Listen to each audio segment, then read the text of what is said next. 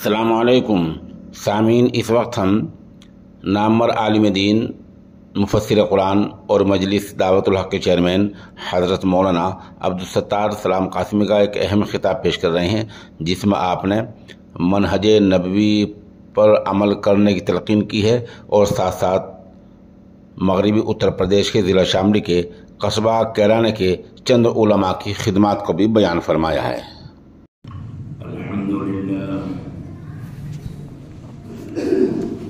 الحمد لله نحمده ونستعينه ونستغفره ونؤمن به ونتوكل عليه ونعوذ بالله من شرور أنفسنا ومن سيئات أعمالنا من يهده الله فلا مضل له ومن يضلله فلا هادي له ونشهد أن لا إله إلا الله وحده لا شريك له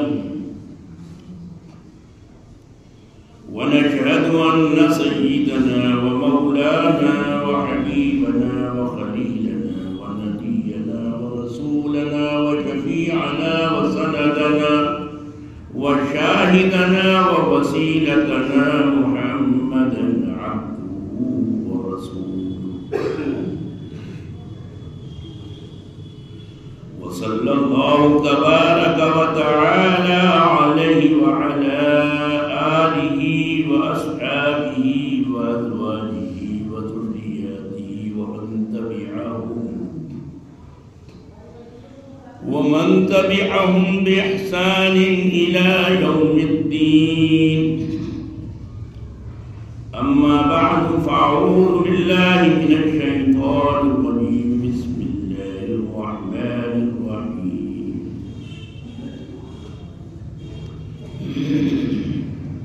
لقد كان لكم في رسول الله أسوة حسنة لمن كان يرجو الله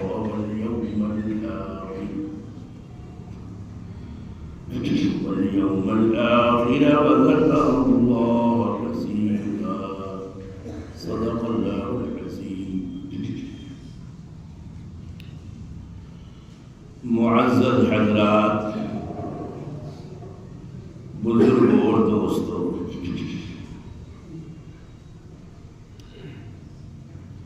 یہ میرے لیے نہایت خوشی اور مسرت کی بات ہے کہ میں اس وقت اس تاریخی شہر کیرانہ، جس کا ملک کی آزادی میں انگریزوں کو اس ملک سے نکالنے میں بڑا کلیدی رول رہا ہے، بڑی عظیم شخصیت کو پیدا کیا ہے اس سرزمین نے، مولانا رحمت اللہ کیرانوی رحمت اللہ علیہ.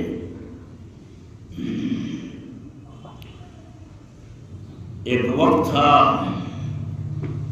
کہ اس کیرانہ کی جامع مسجد کی سیڑھیوں پر نقارہ بجتا تھا اور یہ اعلان ہوتا تھا کہ ملک خدا کا اور حکم رحمت اللہ کا. اس سرزمین نے وہ ہیرا پیدا کیا، وہ عظیم ترین شخصیت کہ جس وقت 1854 میں پورے ملک میں عیسائی مشنری گلی گلی اور کوچے کوچے، شہر شہر، نگر نگر وہ عیسائیت کی تبلیغ میں لگے ہوئے تھے، اور اس بات کا خدشہ تھا کہ کہیں پورا ملک، پورا بر عظیم، اس وقت کا ہندوستان جو پڑوسی دو ملک ہیں ان سب کو شامل تھا، اس سے بھی بڑا تھا بر صغیر. تو خدشہ تھا کہ کہیں پورا ملک عیسائی نہ ہو جائے. عیسائی پادری اتنے جری ہو گئے تھے کہ وہ جامع مسجد کی سیڑھیوں پر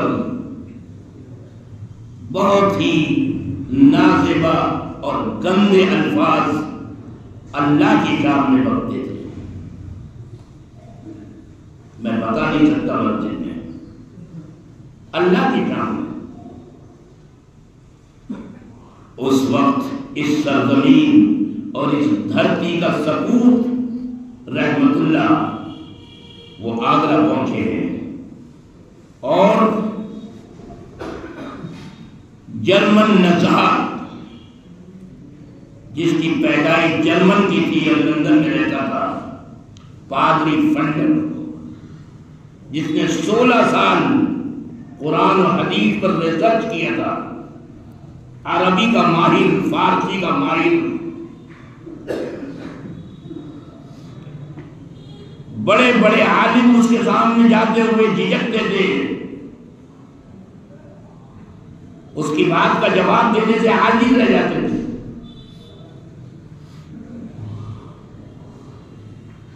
اور وہ چیلنج پر چیلنج کر رہا تھا کہ ہے کوئی جو جواب دے میرے سوالوں کا، میری باتوں کا.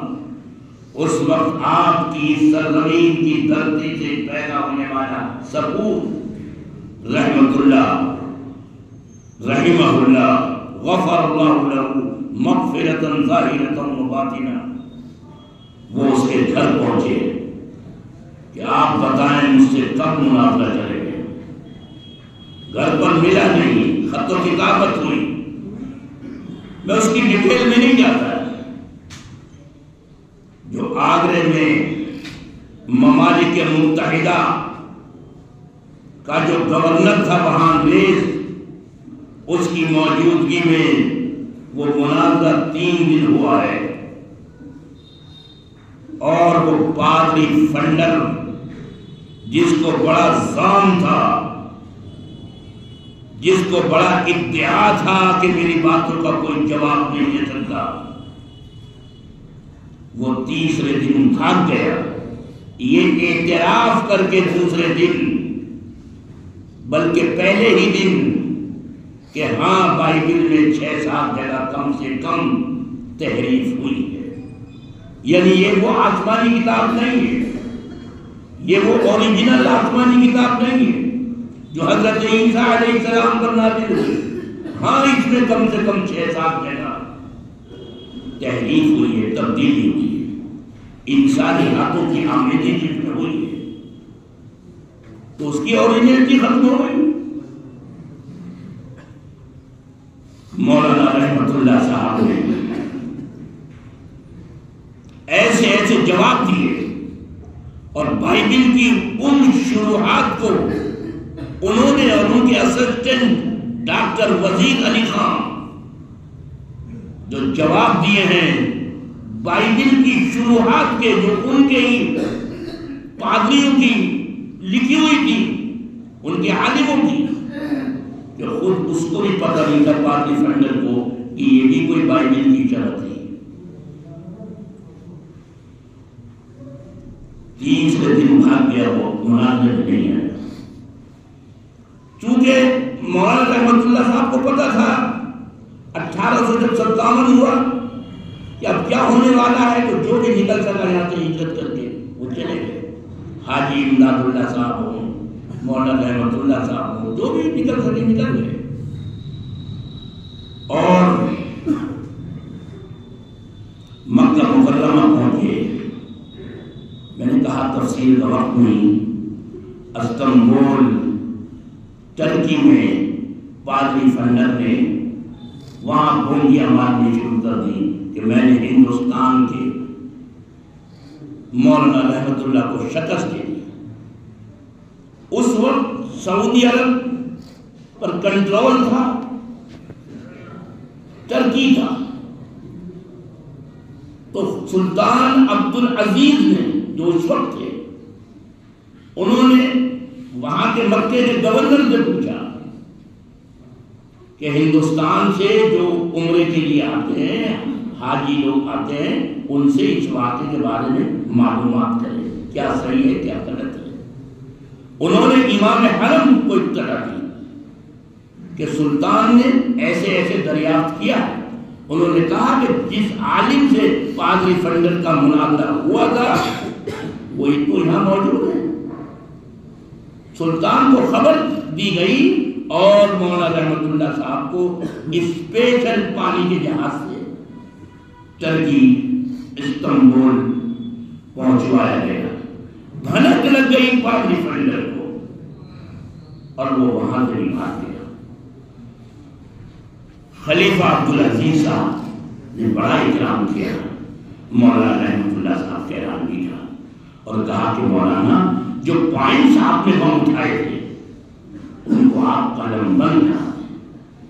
تو وہ کتاب اظہار الحق نام سے مولانا نے عربی زبان میں لکھی، جس کے ترجمے بہت سی دنیاوی زبانوں کے اندر ہوئے، اور اس وقت لندن سے نکلنے والے لندن ٹائمز میں یہ ریویو شائع ہوا کہ اگر یہ کتاب دنیا میں رہی تو عیسائیت ختم ہو جائے گی۔ تو کتاب پادری لوگ اس کے اسٹاک اٹھواتے اور دریا برد کر دیتے، کوڑے دان میں پھینکوا دیتے۔ ایسے ہی ایک کباڑ میں ایک کتاب پڑھی ہوئی تھی اور احمد دیدار جو کھانے پینے سے پریشان تھا اقتصادی طور پر، ساؤتھ افریقہ سے گیا ہوا تھا امریکہ اور پریشان تھا، کباڑ میں کتاب دیکھی، اس کو اٹھایا، اس نے اس پر محنت کی، وہ وہی کتاب تھی اظہار الحق، اور پھر اللہ کی توفیق سے ہزاروں ہزار عیسائیوں کو انہوں نے مسلمان بنایا۔ احمد دیدار کے جو مایا ناز شاگرد اسٹوڈنٹ، ان میں سے ایک کا نام ذاکر نائک ہے۔ یہ سارا کریڈٹ ذاکر نائک کا یہ اظہار الحق کو جاتا ہے، اور اظہار الحق کا سارا کریڈٹ اس دھرتی سے پیدا ہونے والے سپوت مولانا رحمت اللہ صاحب کو جاتا ہے۔ اور حال فی الحال میں میرے استاد گرامی مولانا وحید الزماں کہرانوی، جن کی لغت دنیا کے ہر مدرسے میں ہے، القاموس الجدید، وہ مجھے لے کر آئے تھے یہاں، اپنی حویلی دکھائی تھی انہوں نے۔ مولانا وحید الزماں صاحب ان کے والد مسیح الزماں، تو مولانا وحید الزماں صاحب میرے استاد ہیں گرامی غفر اللہ لہ، وہ لے کر آئے تھے، مجھے دکھلایا تھا۔ ان کی جو ہزاروں خوبیاں ہیں ان میں سے ایک خوبی القاموس الجدید ہے، جس کا بدل اردو سے عربی جو القاموس الجدید ہے آج تک کوئی بدل نہیں ہے، اور کشمیر سے لے کے کنیا کماری تک اور گجرات سے بنگال تک ہر مدرسے میں اور ہر عالم کے پاس ہوتی ہے، پورے پاکستان کے تمام مدارس میں ہوتی ہے، تمام علماء کے پاس، بنگلہ دیش کے تمام عالموں کے پاس، تمام مدرسوں میں ہوتی ہے، اور اس نہج پر دنیا کے خطوں میں جہاں بھی مدرسے قائم ہیں وہاں ہوتی ہے، اور اس کے پہلے صفحے پر اس ناکارہ کا ذکر لکھا ہوا ہے۔ بہرحال یہ سرزمین اس نے ایسی ایسی شخصیتیں پیدا کی ہیں۔ مولانا رحمت اللہ صاحب کہرانوی رحمت اللہ علیہ، ان کا نسب حضرت عثمان غنی رضی اللہ تعالی عنہ تک پہنچتا ہے، حضرت عثمان غنی تک۔ اور یہ بھی ایک اتفاق ہے، حسین اتفاق، کہ اس مسجد کا نام بھی حضرت عثمان غنی رضی اللہ تعالی عنہ پر موصول ہے، مسجد عثمان غنی۔ بہرحال میرے عزیزوں اور دوستوں، مسجد اللہ کا گھر ہے، اور مسجد یہ صرف نماز کے لیے نہیں بنائی جاتی، ملٹیپل پرپس کے لیے ہے، عبادت کے لیے ہے۔ اللہ کے نبی صلی اللہ علیہ وسلم نماز پڑھاتے ہیں، یہ درسگاہ بھی ہے، آپ معلم تھے، صفہ، یہ عدالت بھی ہے مسجد، آپ فیصلے فرماتے ہیں۔ جو باہر ملکوں سے ڈپوٹیشن آتے، وفود آتے، ان کا استقبال آپ مسجد نبوی میں کرتے۔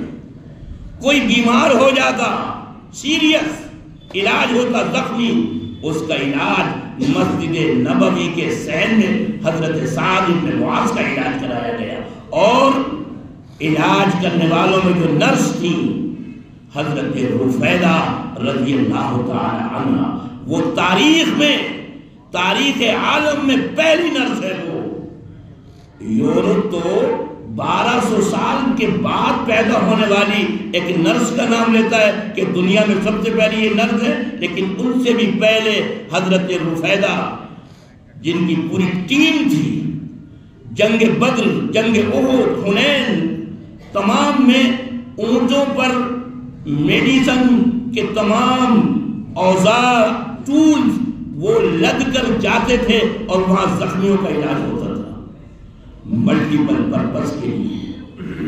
میرے عزیزوں اور دوستوں، مسجد کی تعمیر کرنے والے کے لیے اللہ نے ایمان کی شہادت دی ہے، انما یعمر مساجد اللہ، بات کو میں ختم کرتا ہوں۔